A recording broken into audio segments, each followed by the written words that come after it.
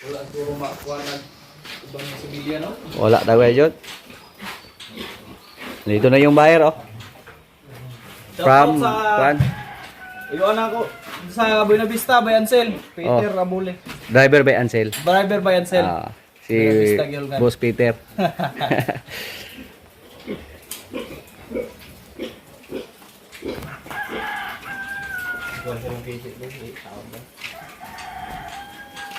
Agad lang hikot ba dong?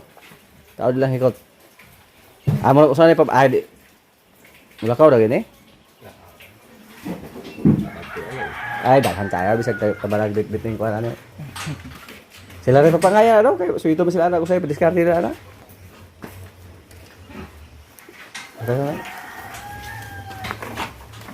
Anak-anak rag upat, gagmay pa jud ay. May dagdag ko. Oh, ito.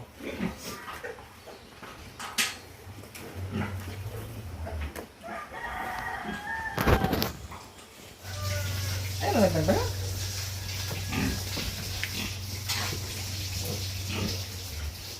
Ini pwede po rin pagal mo rin mo. Wala yun. Apikin na. Kuan gini dito gini gahe kay murag order. Order. Ya, gwapo po sa lawas, di po sa niwang.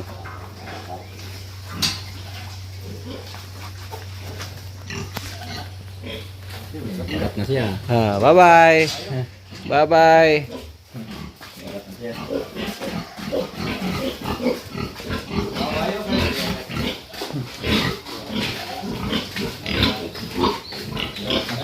Lagat. Ayan po. Wala, bawang mga ano. Bago lagi anak.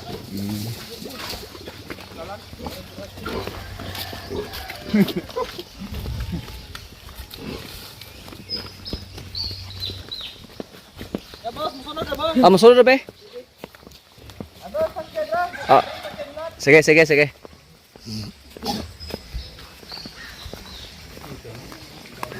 Okay na yun.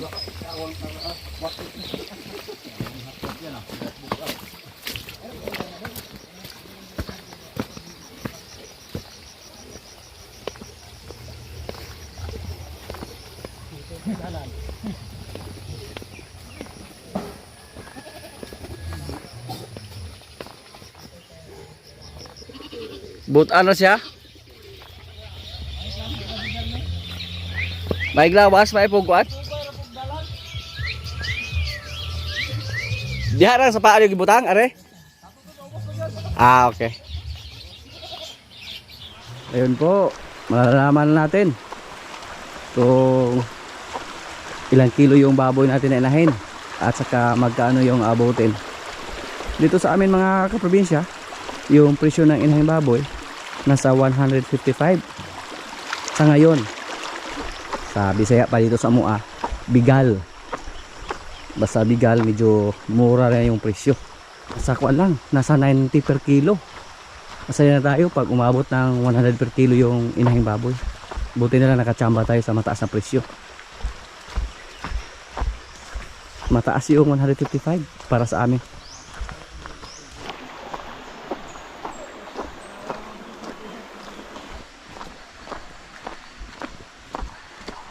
May baha po dito sa amin mga kaprobinsya sa mga nakaraang gabi. Pero butin lang, hindi masyadong malakas.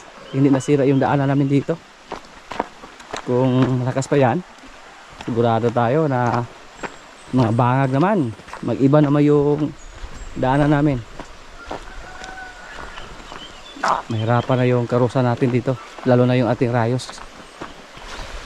Dati dito lang yung sapa namin. Ngayon umabot na dyan .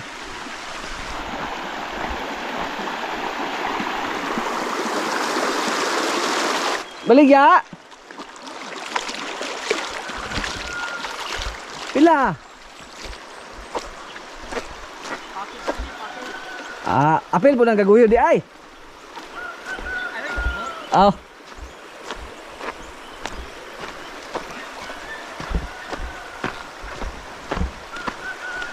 Doon lang sa panyabunan natin ipakilo yung baboy natin mga kaprobinsya kasi yung timbangan natin dyan wala tayong crate. Yung crate natin temporary na pinagawa natin na kawayan lang, hindi po kasya yung ating baboy. Ito kay go sa? Ako kay ito.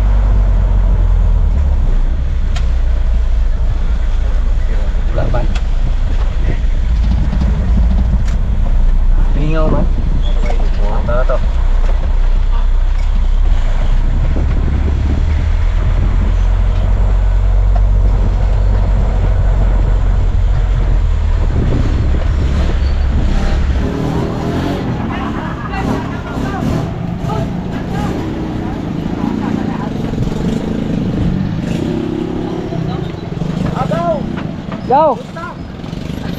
Karoon ko na nakita ang balik yun. Ikaw na, Jed? Okay lang po. Agaw na ko, oh. Pero ngayon pa kami nagkita.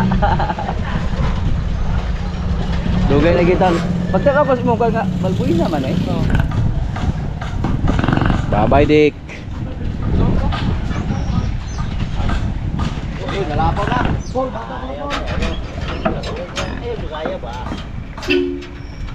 Pila estimate, boss? Apiling kuan? Apiling crate, 3 J's?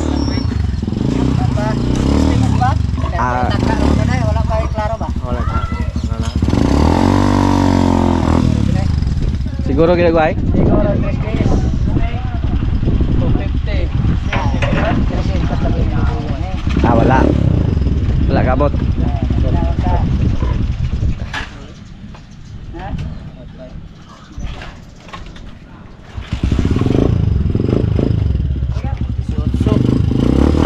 Si Otsog 250. 168. Ah, 268. 260. Please. 45. Sabihin yun. Toto 3 gaw. Toto Tregeo. Ah, sige. Salamat. 223. Gusto kay Glawa. 223. Layo 3 days. Layo kayo. Pili ka. Pili ka.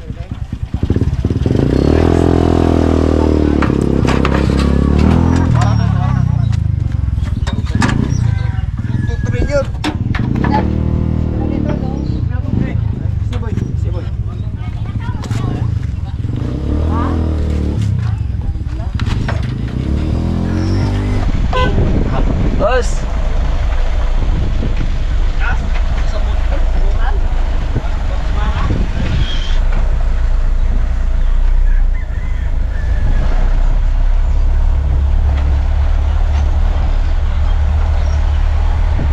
Hindi po maraming tao dito ngayon, oh, kasi walang tapo. Pero pag may baboy tayo na ibinta, pwede lang dito dalhin agad. Kasi may mga kumprador lang na naka-standby dyan. Uwi na po tayo. Boleh belah kawan. Kalau mata sudah aku dah. Sudah itu.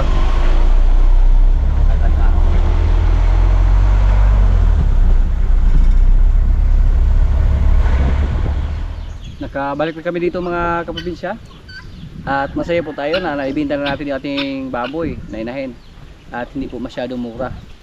Kasi nasa 155 per kilo po kahit inahin na siya. Dati po yung mga ganong presyo, mga fattening yan.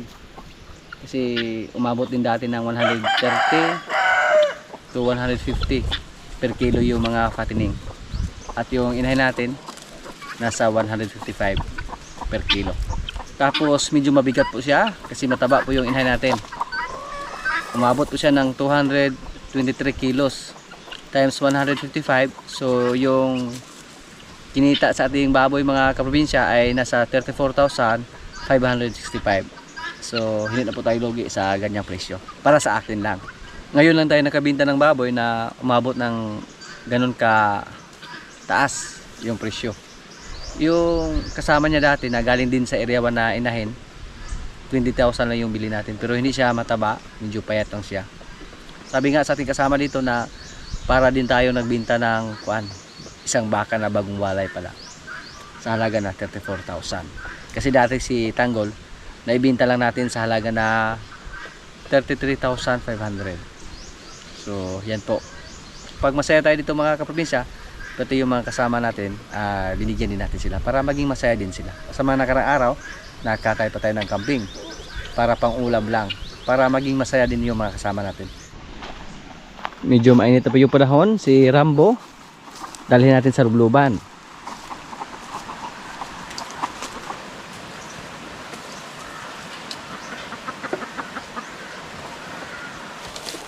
Mataba na si Rambo. Kumain pa siya sa kumpay na natira ni Paula, oh. Inamoy-amoy mo lang si Paula. Andon si Paula at si Palo. Wah.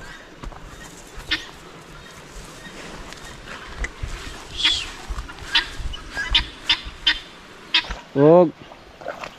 Lubog. Lubog. Bug. Bug. Bug. Bug. Bug. Bug. Ayaw niya. Agoy. Ay, pamisik. Mang chicks po siyang Paula. Ipalo mga kapabisya. Nagpa-relax lang.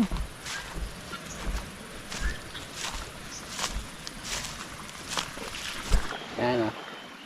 Mabait to, yung ating alaga kalabaw. Pero takot po siya kay Bitas. Nung nakawala si Bitas, sinugod agad siya ni Bitas mga kaprobinsya. Tumakbo siya. Maganda sa akin si Palo kasi mataba. Hindi masakit yung likuran niya.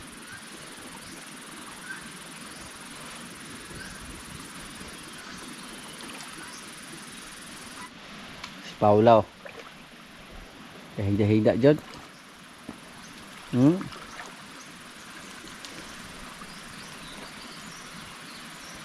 Tinatawag po sila ng mga water buffalo kasi hindi sila makasurvive pag mabilad sa init. Palo, gayang-gayang dia po. Yan.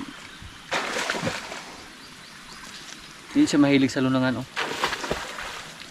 Dito lang siya sa kuan. Sa walang tubig. Pero si Rambo at si kuan oh.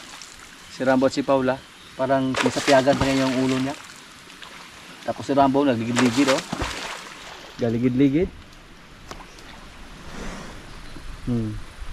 Ligid. Yan. Paula. May nagsabi po na sunod sa sapa natin dalhin yung mga kalabaw natin para malinis. Pero ito po yung paborito ng mga kalabaw mga kaprobinsya, yung medyo maputik ba. Pag medyo maputik yung lunungan, pag maghila sila ng karusa, hindi sila madaling mapagod dahil matagal matuyo yung mga lapok na nakadikit sa kanilang katawan. Si Tisoy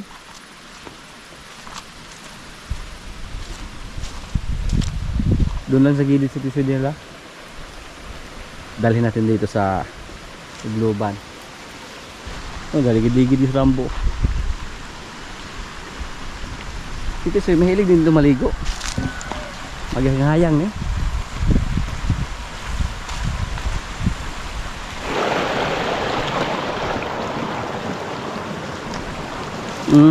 Galambod si Tisoy.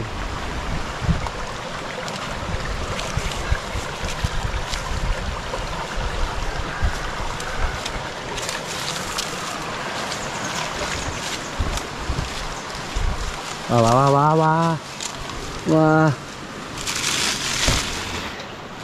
Yo diha.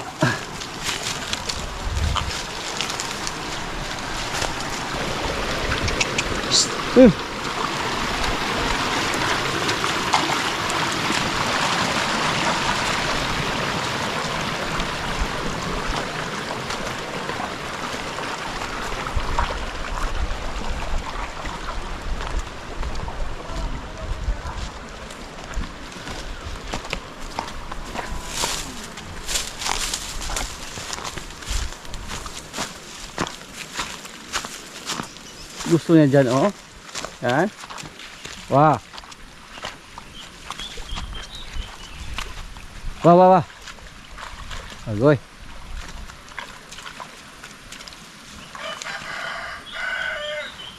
Napier po yung binigay sa kanya. 4 po nakakalabaw yung andito. Si Palo, si Paula, si Rambo at si Tisoy. Si Jean at si Paloma at si Bugoy puntahan natin. Andito sa may sapa nilagay. Medyo malamig po dito mga kaprobinsya. Si Bugoy hindi na po siya mailap. Kaya pagkakusgahan na ka. Di nanti ka nga. Yan natin ka nga.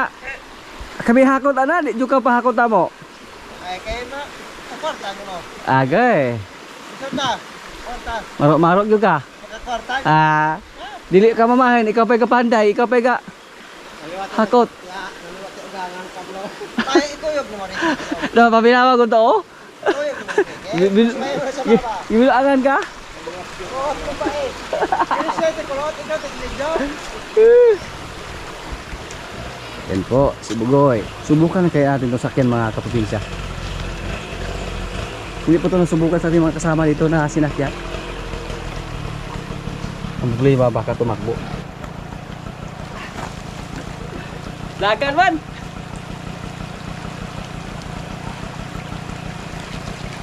Sa ngayon mga kaprobinsya, marunong sa maghila ng karosa. Palagi po namin siyang pinahila ng kumpay. At hindi po siya namayat dito sa atin. Oh. Malakas po siyang kumain ng dahon ng tubo. At hindi na siya mailap. Kahit hindi siya nagpasakay sa atin, pero hindi na po siya mailap. Oh. Kahit yung ilong niya, yan. Hindi ko alam kung paano siya nilagaan doon sa bundok. Kasi nung pinalagaan natin siya, mailap po siya. Hindi siya magpahimas. Kahit yung nag-alaga pa yung lumapit sa kanya, ayaw niya magpalapit. Pero ngayon, oh, sa sunod, subukan natin siya nasakyan. Marami siyang kuto. Kahit may mga putik pa na nakakadikit sa kanyang katawan, may mga kuto pa rin na nabuhay. May mga lusa, mga itlog. Pwede natin itong gupitan para matanggal yung mga itlog ng kuto at mawala na yung kuto sa kanyang katawan. Si Jun, oh, hindi pa rin siya nanganak mga kaprobinsya. Medyo mura lang yung pagkabili natin sa kanya. Siya po yung unang kalabaw na nabili natin nung nagsimula tayo dito sa area to. Dalawa po sila. Sila si Kara. Yung kasama niya na si Kara na ibinta na natin. Dati may kalabaw din tayo na si Babaw. Galing doon sa area 1. Pero naibinta na po natin kasi matapang po. Nanuwag. Si Jen. Ayaw lang niya magpalapit sa atin. Ayaw niya magpahimas. Yung kanyang didi, gusto ko sana i-check kung may gatas na ba na lumabas. Isa sa mga palatandaan na malapit na talaga mga anak yung kalabaw pag may gatas na yung didi nila. Pero kahit matagal ng anak si Jen, at least si ay buntis. Yung kasama niya dati na si Kara, nanganak lang dito na isang bisis. Naibinta natin si Jico, yung pangalan sa kanyang anak. Noong una, pinalagaan natin ni Pare doon sa bundok, tapos naibinta natin. Kasi may nagka-interesado din kay Jico. At sige naman, matagal po tayo naghintay na mabuntis siya. Nung pinakasahan natin siya doon sa bundok, nagtabuhan pa kami nung pinakasahan namin siya. Gwapong kalabaw sana yung nagkasa sa kanya, pero hindi siya nabuntis. At hindi naman siya naglandi. Kaya inakala namin una na siya ay buntis. Naghintay kami ng mga 1 taon. Hanggang naglandi siya ulit, pinakasahan naman natin. At hindi rin siya nabuntis nung pinakasahan natin. Kasi matagal na. Lagpas 1 taon na yung nakalipas mula ng pinakasahan natin. Pero napapansin na namin na biglang lumaki yung tiyan ni Jen. So inakala namin dito, baka si Palo yung nakakasa sa kanya. Pero hindi pa rin kami sigurado. Kasi hindi kami nakakita. Kaya hindi namin alam kung kailan siya manganak. Kasi hindi namin alam kung kailan siya nakasahan. At yung isa natin kalabaw dito, na si Paloma. Medyo lumaki na ng konti yung katawan niya. Yan o. Sana po maglandi na siya. Kasi yung inaabangan natin sa kanyang mga kaprobinsya, yung kanyang lahi. Gusto natin na kung sakaling siya maglandi, gusto natin na ipaiay siya. So sa ngayon po yung ating mga kalabaw nasa 7. Ito yung inalagaan natin, tapos may mga kalabaw pa tayo na pinalagaan natin sa iba. Marami po yan. Hindi na nga natin nakita yung iba. May isa tayo doon sa area 1 na kalabaw. May baka din tayo doon sa area 1 na pinalagaan. Tapos may kalabaw andun sa Kabayungon, medyo malayo po yun. Yung pinsan ko po yung nag-alaga. Tapos may isa doon sa Mayapusi. Hindi ko na rin nakita mula nang nabili natin yung kalabaw na yan. Hindi ko na alam kung kumusta na. Bala ko po na bisitahin So hindi ko alam kung saan sila nakatira. Yung nag-alaga sa ating kalabaw. Tapos yung karamihan sa ating mga baka sa kalabaw andito, andun sa bundok. Doon po yung maraming alaga sa ating mga hayop.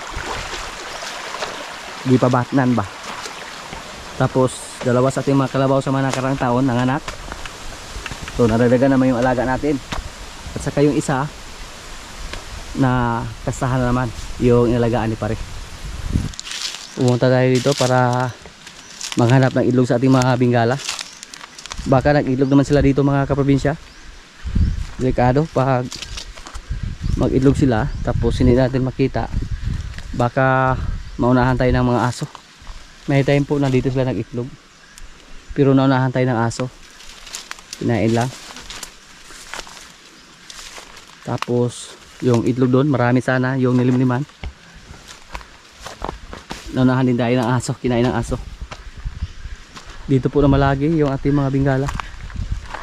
At may napapansin po ako na may kinastahan, may upahan sa ating mga bingala. So ibig sabihin may nag-itlog na sa kanila. Noong una dyan sila nag-itlog oh. Pero sa mga panahon na yan marami pang damo dito. Marami pang mga haguno eh. Tapos may mga tubo pa dyan hindi pa na-harvest. Kasi yung ugali ng bingala mga kaprobinsya kahit saan saan lang siya mag-itlog.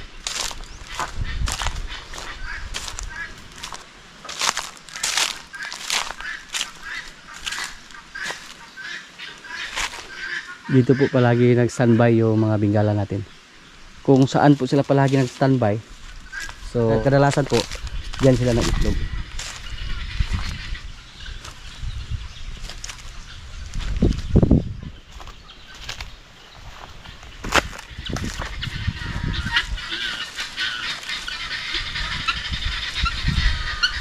Maingay po sila.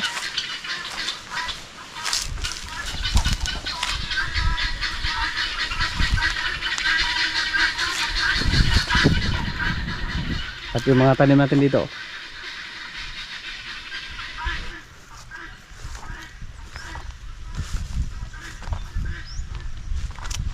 Yung kamuting baging natin dito, mukhang malapit na to magkaroon ng unod or laman. Yung sitaw natin, kailangan na po itong nalagyan ng balag oh. Sukag mga kahoy ba para may makapitan sila. Tapos yung sili, pataba yung kulang, lagyan natin ito ng pataba. Kalabasa, yan oh. Iba yung pagtubo sa ating mga tanim dito ngayon mga kaprobinsya dahil sa init ng panahon ba. Yan oh. Hindi nagkatubo ng gusto yung mga baging nila. Lalo na yung mais natin. Yung ating okra. May mga bulaklak oh.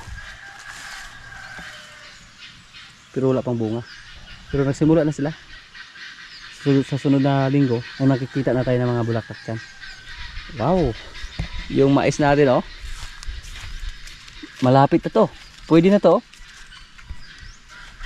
Pwede na. Tatlong araw mula ngayon, pwede na. Piliin lang natin yung pwede na. Ano? Sweet corn po ito mga kaprobinsya. Pangkuan lang to, pang consumption dito sa amin. Paborito po ito na Jigger Junior at ni Mrs. Yung mga sweet corn. Inakala ko po na hindi sila magkaroon ng bunga or puso. Dahil ganyan lang sila kahaba. Pero may bunga pa rin sila.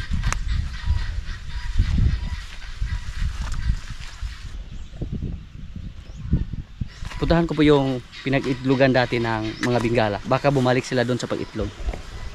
Kung saan kinain ng aso yung mga itlog nila dati.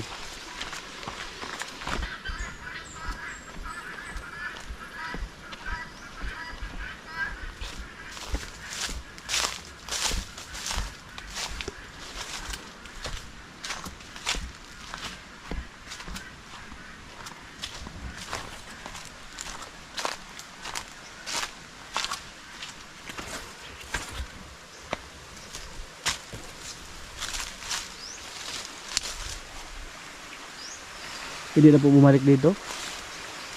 Yan po yung mga bakas sa mga itlog natin na kinain ng aso. Mga eggshells na lang yung natira. So siguro mga kaprobinsya, andun po sa kabilang area ng itlog yung mga bigala natin. So noong araw, magpatulong tayo sa ating mga kasama para matuto natin kung saan sila ng itlog.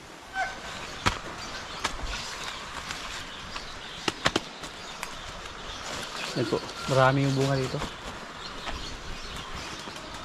Lagi pa itong tinicheck para hindi tayo mahuli ba. May time po na hindi namin napansin yung bunga nila. Nahulog lang doon sa ilalim. Nasayang lang. Kasi nabulok na. Yan ito talog! Ito. Mga kaprobinsya, kailan na po? Ito yung pagkain namin, oh. Paklay at kambing. May kanin. Lord, maraming salamat sa pagkain. So, kain na. Kain na mo ito. Hindi ka mabusog, bro. Busog na magani ko. Kaon Ay, ito ba?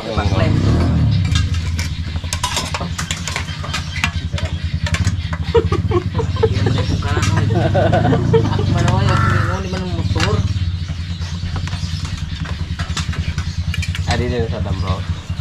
Ako lagi na. Muna no eh.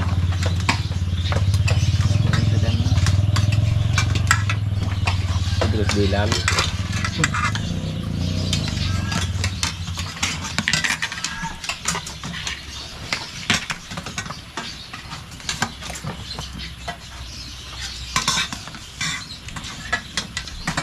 Ito tumanin ito.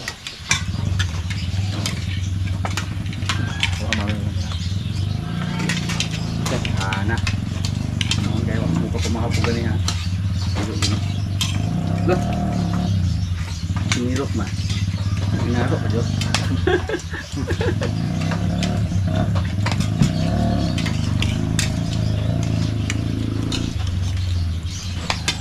Daan oras ba ko doon? Siyempre kung subaw check eh. Bakit ito? Mga dalagan kung tulog ka oras doon. Giga alas 3, abot alas 5. Sa size. Maglawar. Pero mahapon. Magbalik-balik na din sa garnet. Pero ano? Magpaluya.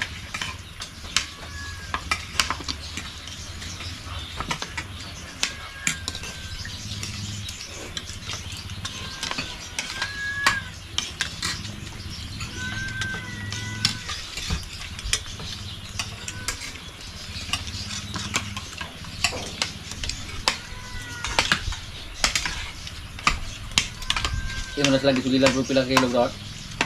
Ngayon daw ako ngayon. Ada na lang ako makilo ko. Daga naman nila. Yun naman yung sila balo. Sana naman siya. Taas mo mga kaya ko nga. Kaya mo. Kaya sila ko kung kubalo. Yo je pang akan ka balo. Ang dojo. Yeah, Ang right. maraming ko dito ba. Ako rin yung chat niyo mo. Kaya din kabalo niya. Sila ko kayo lang ng kana. Kung ka nga mo pa. Yo. Sibot Jess. Dakong kwarta man ah. Hindi naman siya nakita ang kumauda ko ito. Kung kumawag ako ya taas lawas, dahil ang taas lawas.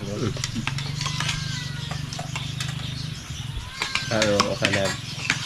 May nakatong lawas ko. Kaya na upat mo nga nakita ko. At ayaw. Kaya may dakong dakong nila. Dilo pigas piso yung presyo, bigal.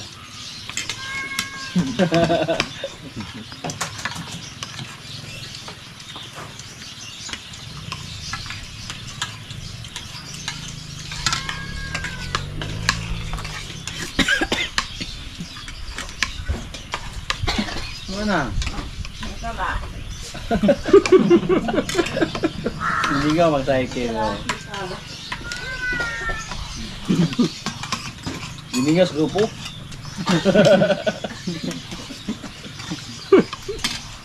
Ang grupo. Nagbawal-bawal.